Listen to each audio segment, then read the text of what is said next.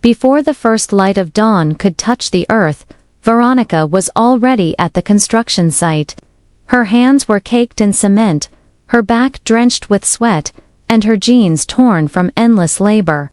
Among a sea of men, she stood out, because she was the only woman, but because she outworked them all.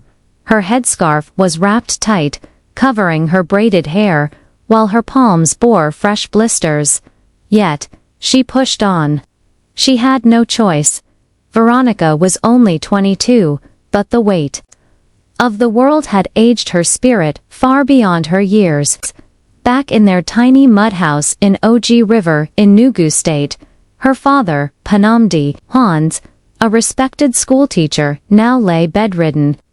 A strange illness had gripped him 2 years prior, turning the once strong man into a shadow of himself. Her mother, Mama Veronica, had not left his side, feeding him, cleaning him, praying for a miracle that never came. Veronica had become the miracle. She dropped out of school, traded her books for a shovel, and joined a crew of construction workers. While other girls chased after weddings and posted selfies, Veronica mixed sand and cement, lifting blocks heavier than her dreams. "Weddin' this fine girl day do foresight," one worker joked, his voice dripping with mockery. "She be man. Her strength dawn pass my own," another laughed. But Veronica ignored them. Every drop of sweat was a lifeline for her father. Every aching muscle a sacrifice. Every naira she earned went straight to buying medicine and food. That sweltering afternoon, as the sun baked the red soil beneath her feet, a black SUV rolled up to the site, its tires stirring up a cloud of dust. Heads turned. Out stepped a woman draped in lace, her gold jewelry jingling with every movement. Her sunglasses were as loud as her perfume, which announced her presence long before she spoke. "Madam P." The workers murmured. Veronica glanced up, her hands still gripping a bucket of cement. Madame P's eyes narrowed in curiosity. "Is that a girl?" she asked, her heels clicking as she approached. What's your name?" Veronica wiped the sweat from her brow with the hem of her shirt. "Veronica, Ma. You're doing this kind of work?" Madame P asked, her voice a mix of amusement and admiration. "Yes, Ma." Madame P studied her. "You're strong. I like that. And even under all this cement, you're a beauty." Veronica blushed slightly, murmuring a soft thank you. "What if I told you I could change your life?" Madame P asked, tilting her head. "I live in Lagos. I run businesses. I help girls like you. Come with me, and you'll never have to carry blocks again." Veronica's heart skipped. "Change my life." Was this real? She had never heard such words directed at her. "You mean it, Ma. I see potential in you," Madame P said, with a smile that didn't quite reach her eyes. That evening, Veronica's excitement overflowed as she rushed home. Her mother was feeding her father when she burst in, her face glowing. "Mama, Papa." Madame P said she'd take me to Lagos. Her mother's hand trembled, dropping the spoon. "Lagos. She promised me a better job, more money. She said she sees potential in me, Mama." Her father coughed weakly. "Veronica, be careful, my child. She's from our village, Papa. Madame P helps people. I have to try. For you and Mama." That night, no one in their home slept. Mama Veronica wept quietly, sitting on the floor, clutching her only child's clothes. Papa called Veronica close, placing a frail hand on her head. "My daughter, may you never be shamed.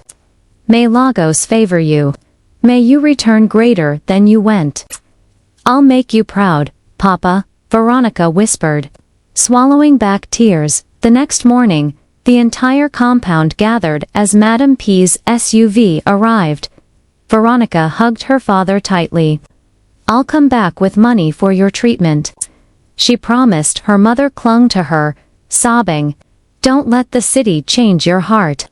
As the SUV pulled away, Veronica watched through the window, her parents shrinking into the distance.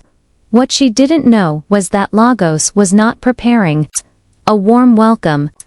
The city was about to test her spirit in ways she could never imagine. The drive to Lagos was long, the sun relentless, but Veronica barely noticed. Her eyes remained fixed on the window, watching as each passing town whisked her further from the life she knew. She had never left Enugu State before. Every billboard, every tall building, every new road felt like a doorway to something greater. Madame P sat beside her, mostly silent, fingers dancing across her phone screen, barking orders into her Bluetooth earpiece. "No, no," I said, "transfer it now." "I don't do excuses," she snapped. Veronica sat still, clutching her nylon bag like it was armor, her mind swirling with dreams of a new life. She imagined herself in a crisp uniform, working at a front desk in a grand hotel, sending money home every month. But Lagos was not the paradise she expected. As they crossed into the city, a world of chaos unfolded. Towering buildings pierced the sky. The roads were alive with noise, blaring horns, shouting traders, and an ocean of people who all seemed to be in a mad rush.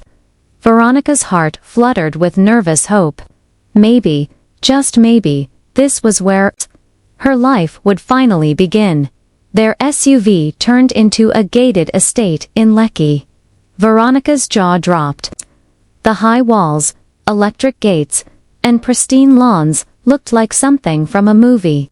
When they parked in front of a grand duplex painted in ivory white, Veronica was almost afraid to step out. "Welcome to your new life," Madame P said, offering a smile as sleek as the mansion itself. Inside, the house was a palace. Marble floors gleamed beneath huge chandeliers. The sofas were so soft, they swallowed you whole when you sat. Veronica stood at the entrance, too afraid to move, worried that a single step might stain the spotless tiles. "You'll be staying here with me for now," Madame P said, handing her a towel. "Go freshen up. There's food in the fridge." Veronica's heart soared. She showered in a bathroom with hot water for the first time in her life.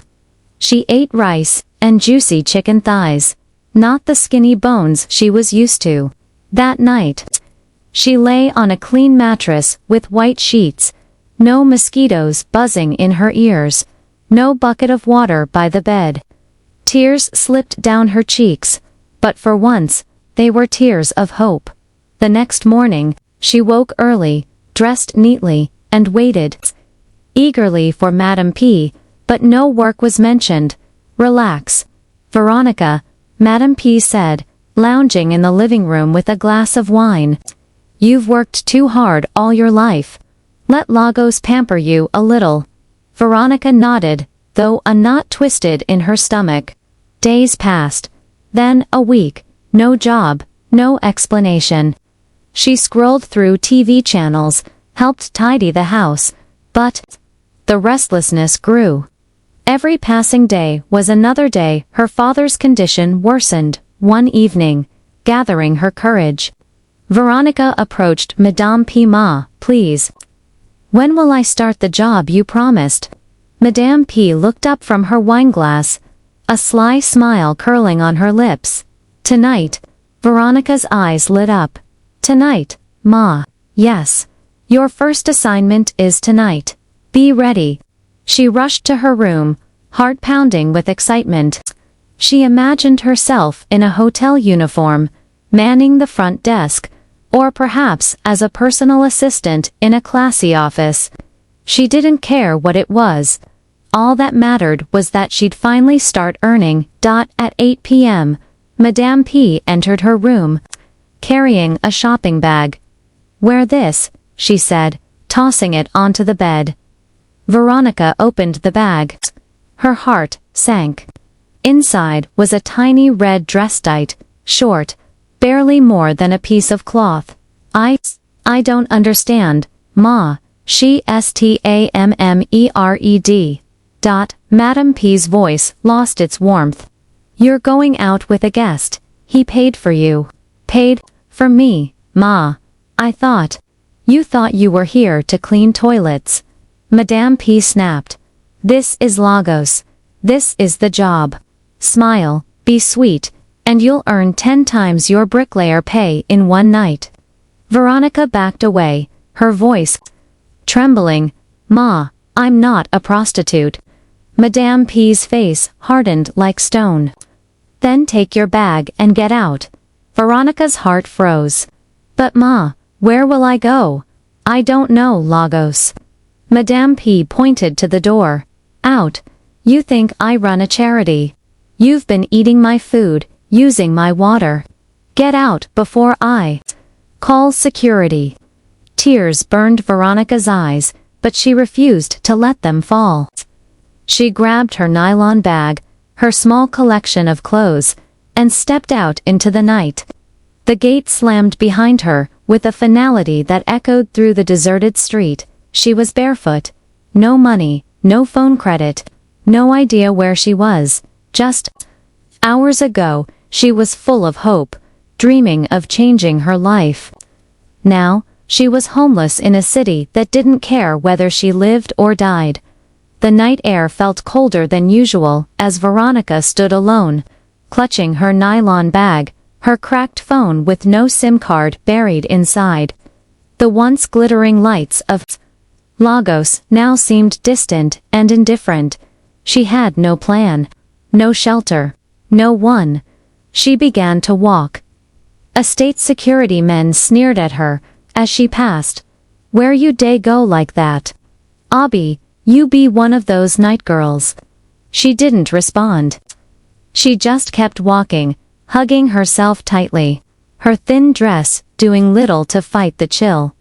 Cars slowed as they passed her, windows rolling down with men offering rides. Others shouted vulgar offers, some more persistent, trailing her for streets, whispering empty promises. You fine pass all those Instagram girls. Enter motor, make I treat you like queen. Veronica ignored them, but fear crept in. Each step felt heavier. She found a bus stop shelter and sat on a bench, curling herself into a ball. But peace didn't last long.